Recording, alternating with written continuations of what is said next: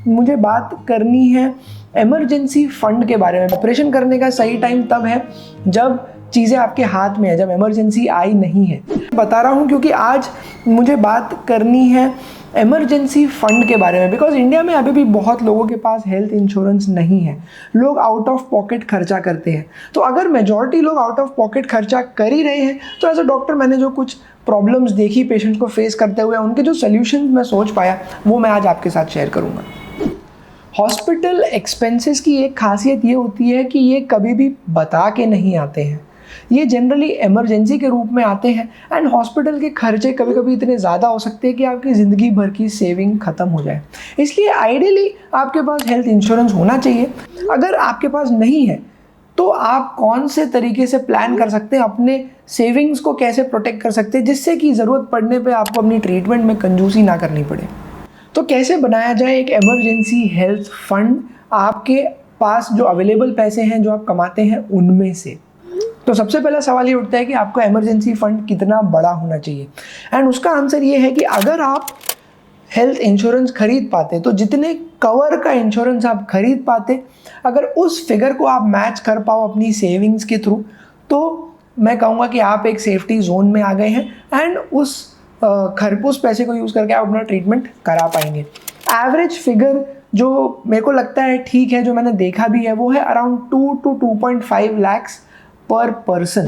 तो अगर आप अपनी खुद की बात कर रहे हैं, आप इंश्योरेंस नहीं खरीदना चाहते हैं, अगर लगभग 2 लाख का आप इंश्योरेंस आज की तारीख में लेने जाएंगे तो आपको महीने के लगभग 2,000 खर्च करने पड़ेंगे, साल के 24,000 के आसपास खर्च करने पड़ेंगे। ये फिगर वेरिएबल है, कंपनी टू कंपनी वेरी करता है, बट लेट्स जस्ट से कि आपको साल के 15-20 हज़ार खर्च करने पड़ेंगे। बट अगर इतने भी नहीं करने हैं तो आपकी सेविंग्स इतनी होनी चाहिए कि आपने 2 लाख रुपए जमा करके रख दिए हैं एंड जब ज़रूरत पड़े तो आप उसको इमीडिएटली विड्रॉ कर सकते हैं एंड वो रेडी टू यूज़ है। इनको अगर आप अपने स्टॉक्स में डाल देंगे या आप कोई और गोल्ड में डाल देंगे, कोई और चीज़ में डाल देंगे जिसमें कि आपको कोई ट्रांजैक्शन करके पैसे मिलने वाले हैं, तो मैं नहीं समझूंगा कि आपके पास कोई इमरजेंसी फंड है। आपके पास पैसे हैं बट इमरजेंसी फंड नहीं है जो कि ईजिली अवेलेबल है। तो आइडियली ये होगा कि आप एक सेपरेट या तो बैंक अकाउंट बना लें जिसमें कि इमरजेंसी फंड के पैसे हों, या आप उसको कोई फिक्स डिपॉजिट में डाल दें जिसको कि आप जब चाहिए तब यूज़ कर पाएँ। आपको टर्म्स एंड कंडीशंस उसके पढ़ने पड़ेंगे बट पैसे रेडीली अवेलेबल होने चाहिए। कैश की जहाँ तक बात आती है, बहुत सारे अच्छे हॉस्पिटल्स जो हैं वो एक लिमिट के बाद कैश एक्सेप्ट नहीं करते हैं। तो हो सकता है कि आपने कैश बचा के रखा भी हो बट वो आपके किसी काम ना आए, बिकॉज हॉस्पिटल्स जो है वो कैश एक्सेप्ट नहीं करेंगे। अब आपको कब से अपनी हेल्थ इमरजेंसी फंड बनाना शुरू करना चाहिए, किस उम्र से? तो उसका आंसर भी वही है जो हेल्थ इंश्योरेंस के लिए आंसर है। द आंसर इज कि जब आप यंग हैं, जब आपके पास कोई एक्स्ट्रा खर्चे नहीं है, जब आप एक्चुअली सेविंग्स कर सकते हैं, तब से अगर आप पैसे बचाना शुरू करें तो सबसे अच्छा होगा। As a doctor, as a surgeon, मैं सारे पेशेंट्स को यही समझाता हूँ कि ऑपरेशन करने का सही टाइम तब है जब चीज़ें आपके हाथ में है, जब इमरजेंसी आई नहीं है, एंड वही उसके लिए खर्चा करने का भी सही समय है कि आपके पास जब सेविंग करने का ऑप्शन है तब आप सेविंग कीजिए, ना कि आप सोचें कि हाँ अभी तो मैं हेल्दी हूँ, मैं जिम जाता हूँ, मैं बॉडी बनाता हूँ, मैं कैसे बीमार हो सकता हूँ। तो अभी आप एकदम कट टू कट जी रहे हैं और बाद में जब आप बीमार होने लगे तब आप धीरे धीरे करके आपको लेट बत्ती जले कि हाँ पैसे सेविंग करने चाहिए, बट तब तक आपके पास बहुत सारे रिस्पॉन्सिबिलिटीज़ आ गई हो एंड हो सकता है सेविंग करना आपके लिए उतना सही नहीं हो उस समय। तो young and healthy age group में अगर आप हैं तब से आप पैसे बचाना शुरू करें तो सबसे बेस्ट होगा। अब इंडिया में लोग हेल्थ इंश्योरेंस नहीं कराने का सबसे मेजर कारण ये देते हैं कि क्या पता अगर वो बीमार हुए ही नहीं तो सारे प्रीमियम के पैसे वेस्ट हो जाएंगे। तो ये लॉजिक मैं समझता हूँ, बिकॉज अभी भी हमारे यहाँ पे वो स्ट्रगल है कि आप बहुत मेहनत करके बहुत थोड़े से पैसे कमा पाते हैं एंड फिर वो बहुत ही जल्द खर्च हो जाते हैं। वो सब बाइंग पावर, इकोनॉमिक्स से रिलेटेड चीज़ें हैं, उनकी डिटेल में मैं आज नहीं जाऊँगा। हालांकि अगर आप कैश या अपना इमरजेंसी फंड बनाना चाहते हैं तो कुछ चीज़ें आपको करनी पड़ेंगी जो कि डिफ़िकल्ट है compare to spending for insurance, and वो चीज़ें हैं कि आपको डिसिप्लिन रहना पड़ेगा। आपको मन मार के हो सकता है अपने पैसे उठा के एक इमरजेंसी फंड में डालना पड़े, हो सकता है आपके मज़ा मस्ती करने के जो पैसे हैं वो कम हो जाए। तो डिसिप्लिन आपकी तरफ से लगेगा। हो सकता है कि वो आपका जो फंड आपने बनाया है सोच के वो आपकी इमरजेंसी के लिए सफिशिएंट ना हो, आपके पास पैसे कम पड़ जाए।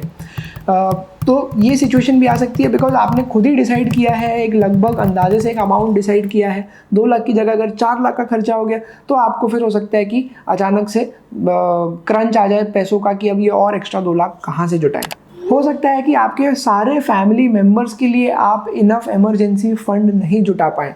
अगर आप हेल्थ इंश्योरेंस लेंगे तो उसमें अलग अलग पॉलिसीज़ होती है जो कि आपकी फैमिली को भी कवर करती हैं, बट अगर आपने खुद से इमरजेंसी फंड बनाने का सोचा है तो पूरी फैमिली के लिए इनफ सेविंग्स कर पाना सबके लिए उतना आसान नहीं होगा। एंड लास्टली, खुदा न खास्ता कि आपकी मल्टीपल इमरजेंसीज आ गई, घर में 2 लोग एक साथ बीमार हो गए या बैक टू बैक लोग बीमार हो गए, तो हो सकता है आपके इमरजेंसी फंड बहुत ही जल्द ख़त्म हो जाए। तो बेस्ट ऑप्शन क्या होगा? बेस्ट ऑप्शन ये होगा कि इमरजेंसी फंड बनाएं, उसको एक सेपरेट अकाउंट में डालें एंड साथ में हेल्थ इंश्योरेंस भी ले लें, जो भी बेयर मिनिमम आप अफोर्ड कर सकते हैं। या अगर आप इमरजेंसी फंड को बना ही नहीं पा रहे हैं बट आपके पास इतने पैसे हैं कि आप इंश्योरेंस ले लें तो इंश्योरेंस, 2 इंश्योरेंस ले लें तो 2 इंश्योरेंस, बिकॉज कभी कभी क्या होता है कि एक इंश्योरेंस कंपनी जो है वो पूरे पैसे नहीं देती है एंड आपको कुछ पैसे अपनी जेब से भी देने पड़ते हैं। तो ऐसे केस में आपके पास जो सेकंड इंश्योरेंस है या जो आपको इमरजेंसी फंड है वो काम आ सकता है आपके मेडिकल एक्सपेंसेस के लिए। तो इमरजेंसी फंड के अलावा और कौन कौन से ऑप्शंस हैं, इंश्योरेंस को भी छोड़ दे तो भी और कौन कौन से ऑप्शंस हैं जिसकी मदद से आप अपने मेडिकल एक्सपेंसेस कर सकते हैं? एक हो गया गोल्ड लोन, दूसरा हो गया कि आप EMI में पेमेंट कर सकते हैं। काफ़ी सारी ऐसी कंपनीज हैं जो मेडिकल एक्सपेंसेस के लिए EMI प्रोवाइड करती हैं, आप वो भी कर सकते हैं। आपके पास अगर कोई FD है तो उसके अगेंस्ट आप लोन ले सकते हैं। आप क्रेडिट कार्ड यूज़ कर सकते हैं, बट सबको पता है उसमें इंटरेस्ट रेट काफ़ी ज़्यादा रहता है, बट इमरजेंसी के समय में वो भी काम आ सकता है। तो ये था एक वीडियो आपको एक मोटा मोटा अंदाज़ा देने के लिए कि अगर इंश्योरेंस आपके पास नहीं है या आप नहीं खर्च करना चाहते हैं तो इमरजेंसी फ़ंड कैसे बनाया जाए, एंड थोड़ा बहुत बाकी ऑप्शंस इमरजेंसी फ़ंड के भी अलावा जो कि हो सकता है अब आपकी लिस्ट में जुड़ गए हो अगर आपको पता नहीं था। तो इस वीडियो से अगर आपकी मदद हुई है तो इसको लाइक कीजिए, और भी लोगों तक पहुंचने में काफ़ी मदद होती है, दूसरे लोगों की भी मदद होती है। एंड चैनल को सब्सक्राइब कर दीजिए, मुझे बताइए और कौन से टॉपिक के बारे में आप बात करना चाहेंगे। And with that I will see you in the next video.